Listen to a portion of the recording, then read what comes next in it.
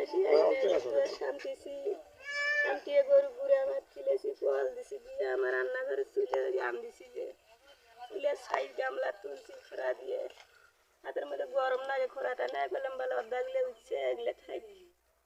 অর্ধাগুলো তুই চান্দায় যাবে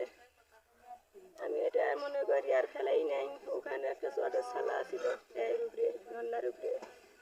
চটের ছালা মনে হয় পরি গেছিল চুলে পরি যায় আগুন দিয়ে দাউ দাউ করে জ্বলছে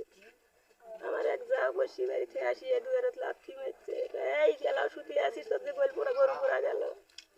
উঠে আমি আগুন দেখিয়ে পড়ে গেছি পরে যাওয়ার পর এলাকার মানুষ সবাই আসিয়ে নিবেন টিবেন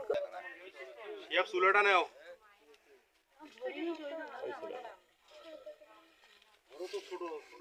ছোট ঘরের মধ্যে ইয়ে ছিল তো এ বাবা সামনে যায় না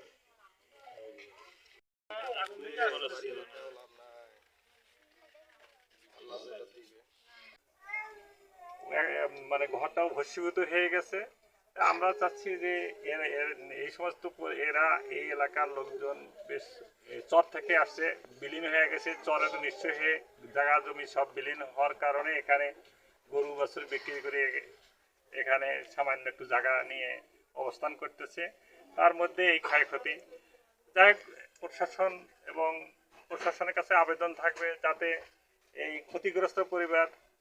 একটু আর্থিক পশু মারা যায় সেই সাথে একটি গবাদি পশু গাভীন ছিল আর আমাদের এই মজনু ভাই আমাদেরই সদর উপজেলার একজন প্রতিনিধি উনি আমাদের এখানে ছাড়িয়ে আসছে নদী ভাঙ্গন ওনার ভিটা মাটি শুধু এটাই আছে তো জেলা প্রশাসন সহ ফুলছড়ি উপজেলা টিওনো মহোদয়ের কাছে বিভিন্ন আবেদন থাকবে যেন এই অসহায় ফ্যামিলির পাশে যেন দাঁড় হয় এটা আমার ব্যক্তিগতভাবে আমার আবেদন ধন্যবাদ।